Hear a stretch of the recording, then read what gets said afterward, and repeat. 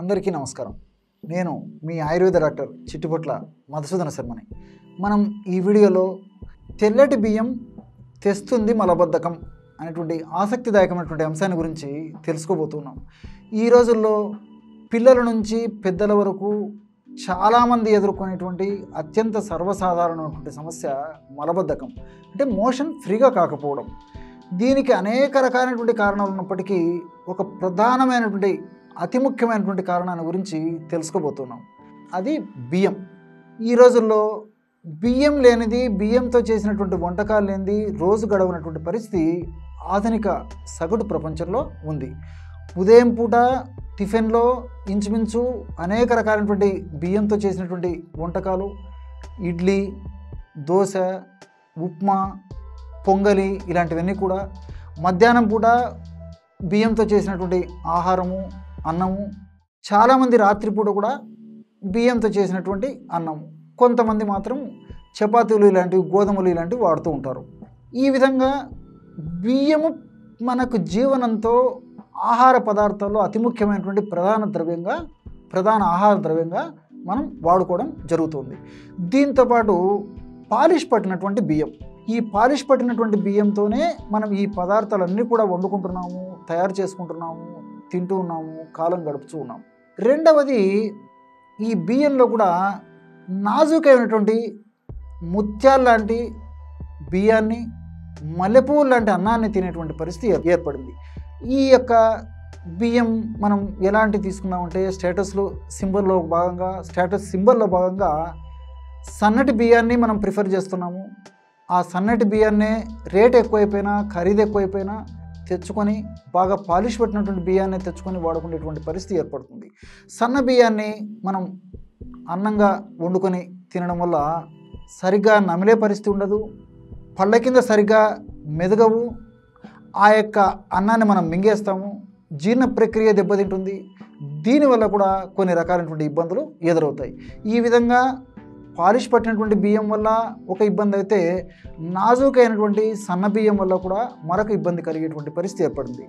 బియ్యాన్ని 2 పాలిష్లు పడతారనమాట మనకు దొరికేటువంటి బియ్యాన్ని. సర్వసాధారణంగా మొదటి పాలిష్లోనే 50%, 50% పోషకాలు పోతే, రెండవ పాలిష్లో ఇంచుమించు 30% పోషకాలు కూడా పోతాయి. కాబట్టి కేవలము కార్బోహైడ్రేట్స్ మాత్రమే ఉన్నటువంటి బియ్యాన్నే మనం ఆహార ద్రవ్యాల్లో, వంటకాల్లో వాడుకుంటూ ఉన్నాం అనమాట. మరి ఏమాత్రము పీచు పదార్థం లేకుండా ఉన్నటువంటి, కార్బోహైడ్రేట్స్ ఎక్కువ ఉన్నటువంటి అలాంటి బియ్యాన్ని వాడుకోవడం వల్ల మనకి మలబద్ధక సమస్య కలుగుతుందన్నమాట. కాబట్టి ఆహార పదార్థాల్లో మనం మార్పు చేసుకొని, ఆ యొక్క పదార్థాన్ని మార్పు చేసుకోవడం వల్ల శరీర జీవన క్రియలో సజావుగా జరిగినప్పుడే మనకి మోషన్ ఫ్రీగా అవుతుంది. కానీ లేకపోతే మందులు వాడినప్పుడు తాత్కాలికంగా ఆ మందుల ప్రభావం చేత మోషన్ ఫ్రీగా అయ్యి, మనం మందులు ఆపేసిన తర్వాత మన జీవన విధానంలో, ఆహారం సేవించేటువంటి విధానంలో మార్పు జరగకపోవడం వల్ల మరలా పరిస్థితి పునరావృతం అయ్యేటువంటి అవకాశం ఏర్పడుతుంది. కాబట్టి ఇలాంటివన్నీ మనం జాగ్రత్తగా చూసుకొని, బియ్యాన్ని ఎక్కువగా పాలిష్ పట్టకుండా ఉండేట్టు చూసుకోవాలి.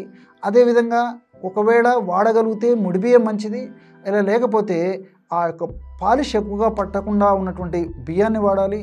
ఆ బియ్యంలో కూడా ఇతర ఫైబర్ పదార్థాలు, ప్రోటీన్స్ ఉన్నటువంటి, మినరల్స్, విటమిన్స్ ఉన్నటువంటి ఇతర ఆకుకూరలు, కూరగాయలు ఇలాంటివన్నీ, పప్పు ధాన్యాలు ఇలాంటివన్నీ కలుపుకొని ఆహార పదార్థంలో ఎక్కువగా వాడుకోవడం వల్ల ఇబ్బంది కొంతవరకు తొలగించేటువంటి అవకాశం ఉంది.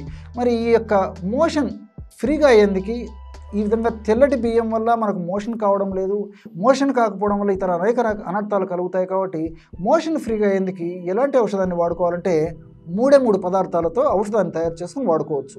కరక్కాయల చూర్ణము ఒక 50 గ్రాములు తీసుకోండి. సోంపు గింజలని వేయించి చేసినటువంటి చూర్ణాన్ని ఒక 50 గ్రాములు తీసుకోండి. పంచదార ఒక 50 గ్రాములు తీసుకోండి.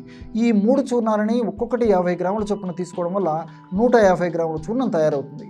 దీన్నంటిని బాగా కలిపేసి ఒక గాజు సీసాలో నిల్వ ఉంచుకొని రోజు రాత్రి పడుకునేటప్పుడు 100 మిల్లీలీటర్ల గోరువెచ్చని నీళ్ళల్లో 1 టీ స్పూను ఈ యొక్క చూర్ణాన్ని వేసుకొని సేవించాలి. సమస్య మరీ తీవ్రంగా ఉంటే కొన్నాళ్ల పాటు రోజు 2 సార్లు వాడి తర్వాత రోజు రాత్రిపూట మాత్రమే వాడుకుంటే సరిపోతుంది. అంటే ఉదయం ఒక్కసారి రాత్రి ఒక్కసారి కొన్నాళ్ల పాటు 10 రోజులు 15 రోజులు 20 రోజులు వాడి తర్వాత కేవలం రాత్రిపూట వాడుకున్నా సరిపోతుంది. ఈ విధంగా కొన్నాళ్ల పాటు ఈ యొక్క ఔషధం వాడుకోవడం వల్ల ఈ మల విసర్జన క్రమం సాఫీగా జరిగి క్రమంగా జరిగి ఎలాంటి ఇబ్బందులు లేకుండా సులువుగా సాఫీగా అయ్యేటువంటి పరిస్థితి ఏర్పడుతుంది. తర్వాత మనం ఆహార విధానంలో మార్పు చేసుకోవడం వల్ల మరలా ఈ సమస్య పునరావృతం కాకుండా కూడా ఉంటుందన్నమాట. చూశారు కదా ఎటువంటి సులువైనటువంటి ప్రక్రియని ఈ మలబద్ధక సమస్య తగ్గేందుకు తెలుసుకున్నారో.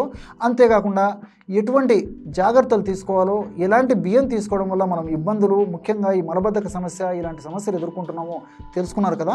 మరి వీటన్నిటిని రెక్టిఫై చేసుకొని ఆ మలబద్ధక సమస్య తగ్గించుకోవడం వల్ల ఆరోగ్యం చాలా సజావుగా ఉంటుంది, ఉన్నటువంటి అనారోగ్య సమస్యలు తొలగిపోతాయి.